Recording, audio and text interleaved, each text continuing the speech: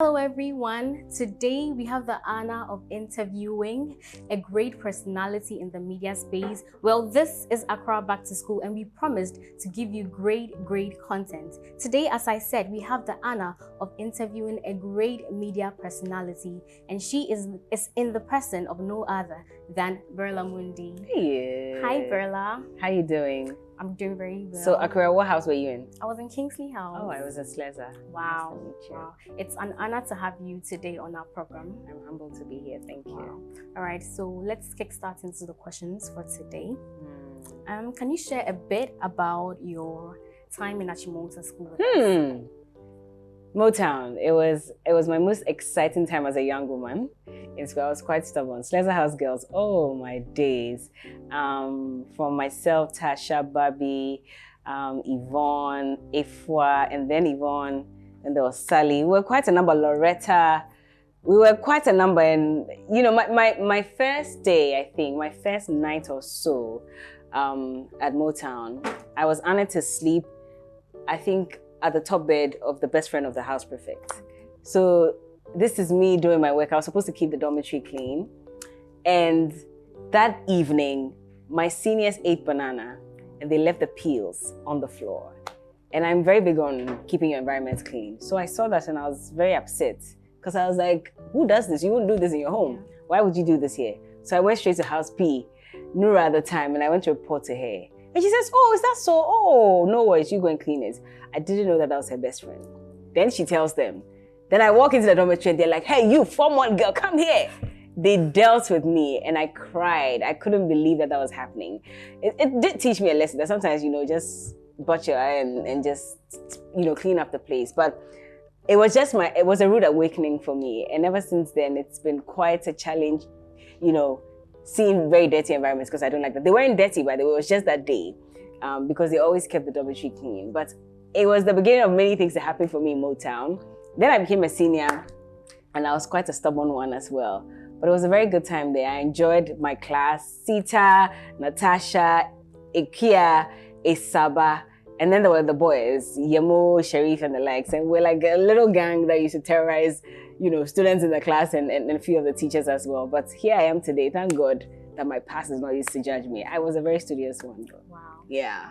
Yeah. That's interesting. Yeah. So tell us, how did your experience in Achimota School shape your educational and personal achievements? I think it's part of the reason I am who I am today. I think that Motown taught me a lot of things, taught me to tolerate people, taught me to learn how to live with people and, you know, just be myself. And at the same time, focus on my future, because when we're in school, we're always reminded about what we could become in future and the fact that wherever you go, their chorus will hold you down no matter what. But you also need to make sure that you're making an effort.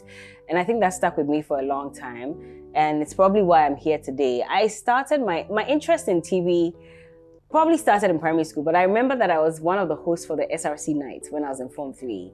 And I was so looking forward to it. It was fun. I was being my usual self. Little did I know that this was going to translate into a career, but here I am today. So I've had some very fond memories of Motown and how it shaped me into the woman I've become today. Wow, that's interesting. Were there any particular school activities like Bonfire, Founders Day that actually had a profound impact on you?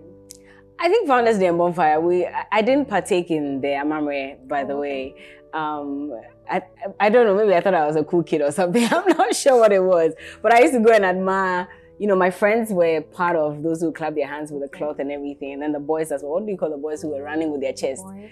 They had their... The boys' chorus. Boys' chorus. We used to look forward to the boys showcasing their very tiny chests at that time. But I looked forward to the bonfire night and the procession. You know, that was exciting as well. We look forward to having our seniors come and visit us in the house, because on bonfire nights they all come, and so they come into the house, come and hang out with us, and we start screaming because we've seen our favorite seniors and stuff. It was exciting. Yeah. Interesting. Is there any memory or moment in Achimota School that stands out to you? Oh yes. Oh yes. Oh, Mrs. Redu, rest in peace. Deputy Senior House Mistress. And Mrs. Mante also passed, our senior house mistress. May they both rest in peace. I don't know if she was still deputy at the time this happened when we were in Form 3, or Mrs. Mante had left. But we were quite a bunch of stubborn seniors. We were about 10 or 12 girls, I think, and we used to gate a lot. So after prep, everybody has somebody, some boy that they want to chat with.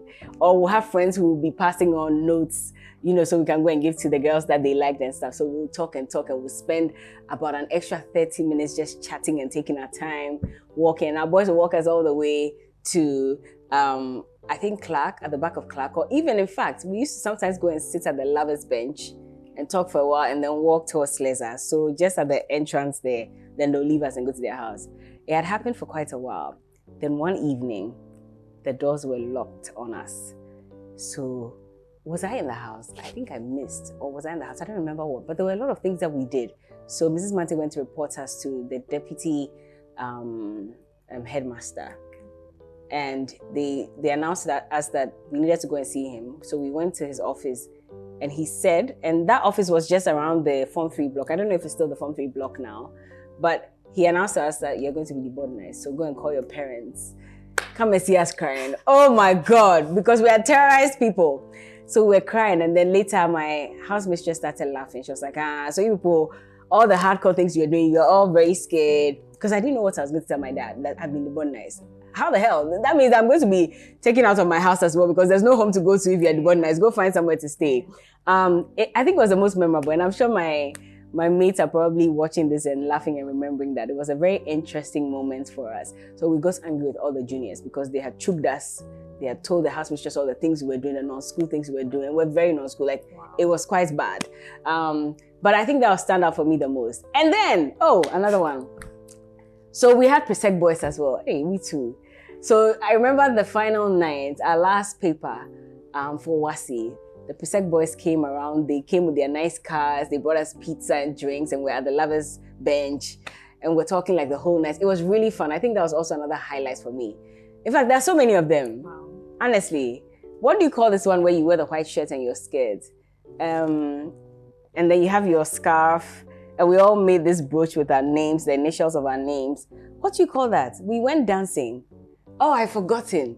I'm sorry. What was it? Rex night. No, but there was it was like an unveil or something. So we walk in, everybody dresses up. There's something unique about your uniform that you do. So we had the brooches, it was silver, and then our Sleza scarves before Rex night. And we had fired our hair. Hey! Oh man, I would relive Motown all over again. Wow. Yeah, I had a lot of fun in school. You can tell you really had a lot of fun. I did. I lived. Wow. I lived, wow. Yes. Wow. So can you say that the school actually passed through you and you didn't just pass through the school? It did, 100%. And I make that known everywhere I go, that Motown has really impacted me in every sense of the word. That's great. Yeah. Were there any challenges you faced during your stay in school, and how did you overcome them? I didn't like economics, so I think that was like the major challenge for me. I just never enjoyed the class because I didn't understand what was happening. I knew from that point that, well, unfortunately, I came to meet economics when I came to start doing, when I started doing, politics and business reporting and stuff. But I just didn't like it. And I didn't score too well in the WASI with economics. That was my biggest challenge. What was the other one? Maybe the few broken hearts here and there, but that wasn't really... But how did you overcome them? I don't think I ever overcame them. Till date, I still don't like economics anyway. So I don't think I overcame them. I just managed to go through with it. Yes. Wow. And... No, not the broken hearts. We don't talk about that one. My mates know about it. They used to laugh at me a lot about it. I mean, look at us, we're grown now, and I'm thinking, what the hell? Yeah. Why did I even allow myself to go through that? But we used to do a lot of non-school things because we just didn't enjoy class sometimes. And when there's class, we're going around laughing at people. I won't call that a challenge necessarily, but it's just one of the things I'm remembering at this point. And we'll go and drink, was it Fanta or Coke and pie and some corner bean there. Oh my God. Listen, let's carry on. Wow. Okay. Yes. So as a media personality, a lot of people look up to you. How do you maneuver through difficult moments? Like, how do you get yourself up? It's interesting that you're asking me this because sometimes the challenges are quite insurmountable. But I think what I do is I try to identify what can be done about it. Can I fix it? If I can, then I will fix it. If I can't, then I stop worrying and allow myself to go through the process. And eventually, I think every challenge brings a new opportunity. So I try to identify the opportunity in whatever challenge it is, and I go with it. I don't really fret. I try not to fret, because if you do, then you can't really fix the problem. And if I can do something about it, I do. Yeah. Interesting. So how do you think your education in Achimota School impacts your career path? Oh, I studied government in school. Okay. Little did I know that government was going to have, play a role in what I do now. So sometimes we're having conversations on TV, and I remember something I learned in government class in Motor. I'm like, I didn't like it then. Well, yeah, some of them, some of the subjects I didn't really like. But I think about it now and I realize, so God knew what he was doing all along, making me read some of these courses. But I think, yeah, that's basically it. Government was very impactful. I did English, I believe, yes. And that was also very impactful in what I'm doing now. Yeah. That's great. Can you share some of your notable achievements since graduating from Achimota School? Interesting. Quite a lot. I mean, I should leave that for you guys to tell me. What have I achieved, guys? You tell me. Comment under this video. Let me know what I have achieved. I think that for me, the most important achievement is the impact I've made in lives. And the fact that so many young people, since I appeared on TV, have gotten this renewed belief in themselves that they can achieve anything they want to achieve. And for me, that's the most important thing. Forget the awards and everything. Yes, they're important, but it's just how whenever I step out, someone comes to me, a couple of people come to me and say, because of you, I want to do this or I want to do that. Because of you, I'm inspired. That moves me a lot, and that would be my greatest impact. Oh, that's great. So what advice would you give to current students in Achimota to make the most of their time? Take your book seriously. Don't play with it, because at the end of the day, you need to get to the next level in life. And so yes, you may have all the fun in school. You may want to be non-school. You may want to do all the crazy stuff sometimes, but in moderation. But focus on your books. It's important. Focus on your books. All right. Have you also been involved in any projects to give back to your alma mater? This question, you have to take it out, because not entirely. There are a few times I have come back to speak to the students, and I think that's sort of giving back anyway. I know my year group has been raising funds. I've not really been, involved as much. Also because my career required quite a lot from me, and most of the time I was never available. But am I looking forward to playing a role in the OA? Yes, I am. For my year group, yes. Yes. Okay. So how do you think ACRES can contribute to the development of Achimota School? In every way possible. I mean, even where you find yourself, where you work, what you do in itself, and just reminding people that you're a Motown is enough to contribute to the history, the rich history of the school. Let people know that you are who you are because you went through Achimota and you were transformed into the young man, young woman, old woman that you are. But beyond that, if you can support, I mean, we work in our year groups. I know that. So if your year group is raising funds or doing something to give back to the school, why not? You should fully participate. Okay, so tell us, Berla, we know about your BU Foundation. Can you tell us a bit about it? So it's the BU by Berla Mundi project, and it's something that I set up. It's a project I set up about 3-4 years ago. And also because a lot of young women had come up to me saying, I want to do TV, I want to do this, but I'm not sure how to. Can you teach me the way? Or they would say, I want to be like you. And as much as it was flattering, it was also very worrying for me because I didn't want everybody to be like me. I wanted everybody to be themselves. So I set up the BU tagline, and it just came to me. I woke up one morning and then I just felt in my spirit, BU. I said, oh, this is interesting. But this was just to encourage young people, not just women, but men as well, to find their purpose on earth and live it unashamedly and to live it unregrettably. So if you're blessed in the medical field, you can groom yourself to that point or get grooming to be the best in your field. You don't necessarily have to be on TV because I am on TV. So it's just a mentorship and career guidance program that I set up for young men and women, where I bring in resource persons to speak to these young people to help them find themselves and figure out their path in life and just become the best version of themselves.